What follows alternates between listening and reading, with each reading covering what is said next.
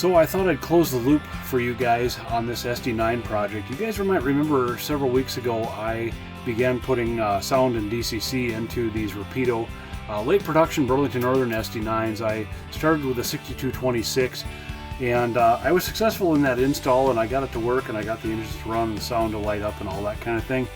But what I was lacking is the room for a current keeper in that install, and no matter what I tried, as creative as I got, I couldn't figure out how to get it done. And maybe that's just my lack of skill, but so I backtracked on this DCC installation a little bit and ended up going with a silent Digitrax installation. Digitrax has basically been my standard decoder since I got started back in model railroading again umpteen years ago, and I'm glad to have it back again in this pair of SD9s. Black Hills and Eastern Railroad, from the plains of the Sioux Empire to the heart of the hills.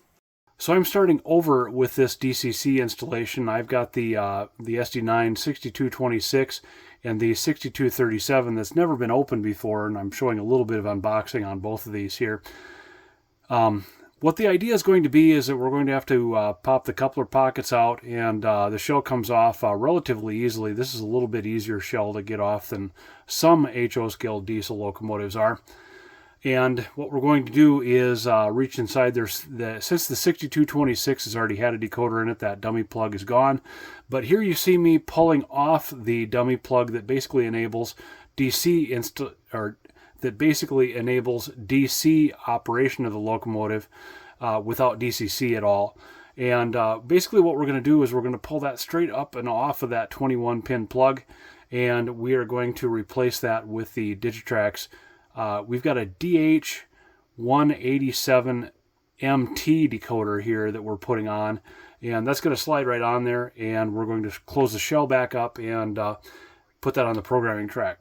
And then we move over to JMRI Decoder Pro, and I've already got the first full sheet read here, this basic tab, and I'm changing the long address or the active address to 6226 for our first locomotive for this Digitrax decoder, and setting the long address, and then making sure that we've got analog conversion switched off.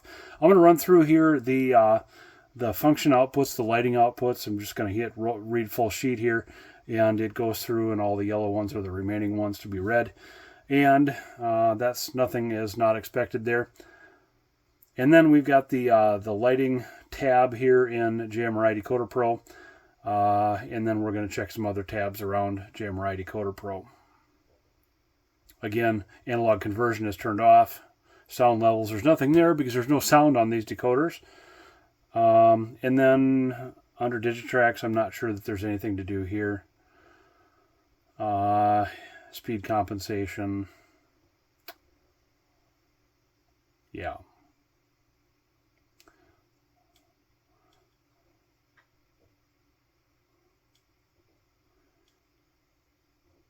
And nothing very interesting there.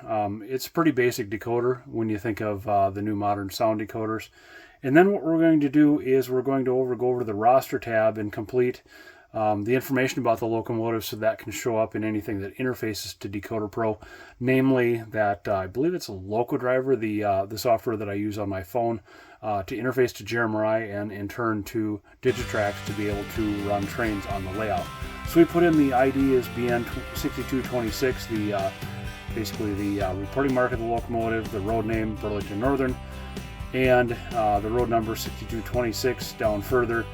The manufacturer and the model of the locomotive, and then we'll hit save there, save to roster. That saves it off into that roster folder in Decoder Pro, and then we are pretty much done here.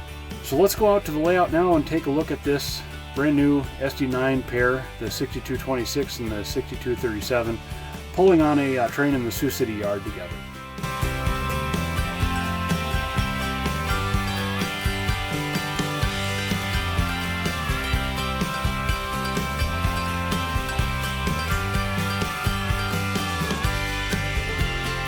So we've reached the point where we're going to pull the pin once again, guys.